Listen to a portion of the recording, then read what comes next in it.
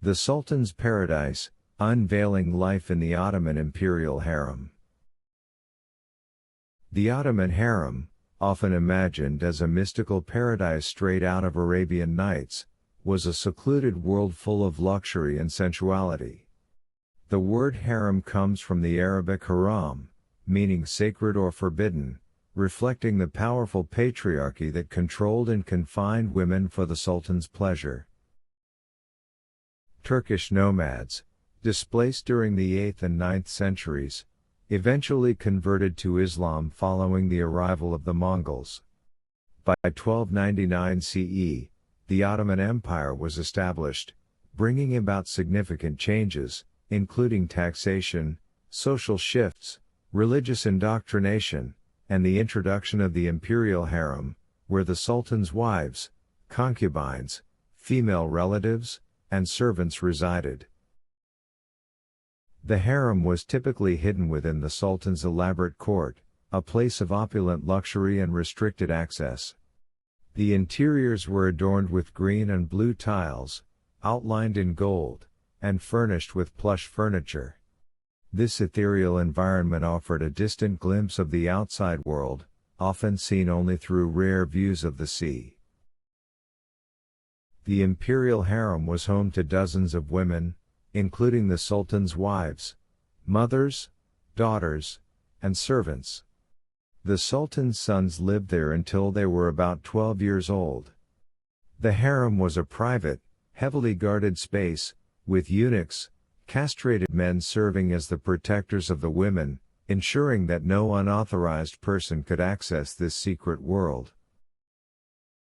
Eunuchs, who were often slaves captured in war or purchased, held significant power in the harem. Black eunuchs, who were fully castrated, were preferred for harem service and often rose to high-ranking positions such as confidant, vizier, or general. White eunuchs, who were partially castrated, had fewer responsibilities within the harem and often handled state matters. Women in the harem wielded considerable influence over the Ottoman Empire, especially during the 16th and 17th centuries, a period known as the Sultanate of Women. During this time, powerful female regions like Hurrem Sultan and Turan Sultan dominated the political landscape, as many sultans were minors under their mother's control. The women in the harem were ranked based on their roles and relationships with the sultan. The term odalisk, derived from the Turkish word for chambermaid, referred to the sultan's mistresses who possessed talents in music, dancing, or singing. Below them were the gatekeepers, women who did not share the sultan's bed but served him seductively. The lowest rank comprised basic servants. The Valide Sultan, the sultan's legal mother, held the highest authority within the harem. She was responsible for selecting concubines for her son and wielded considerable influence over the harem's women. The Valide Sultan could promote or demote women within the harem, and her favor was crucial for any woman seeking security, status, or a future role in the imperial court. Not all women in the harem were slaves. Many were the sultan's wives who had entered into marriage willingly. This created a dynamic of tension and rivalry between the wives and concubines, who had little choice but to coexist and navigate their complex relationships within the harem. The harem was more than just a place for the sultan's sexual pleasures, it also served as an educational institution. The women were taught refinement, confidence, and allure, preparing them to fit into the court's hierarchy.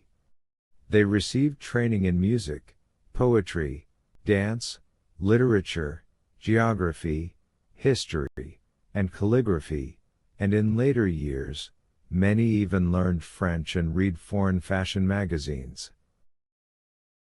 The mysterious and secretive nature of the harem captivated the Western imagination, leading to a plethora of European paintings and writings in the 18th and 19th centuries. Enlightenment thinkers, like Montesquieu, used the imagined world of the Ottoman harem to critique their own societies, highlighting the allure and fascination that this hidden realm held for Westerners. The Ottoman harem was a complex, multifaceted institution, both admired and misunderstood by the outside world.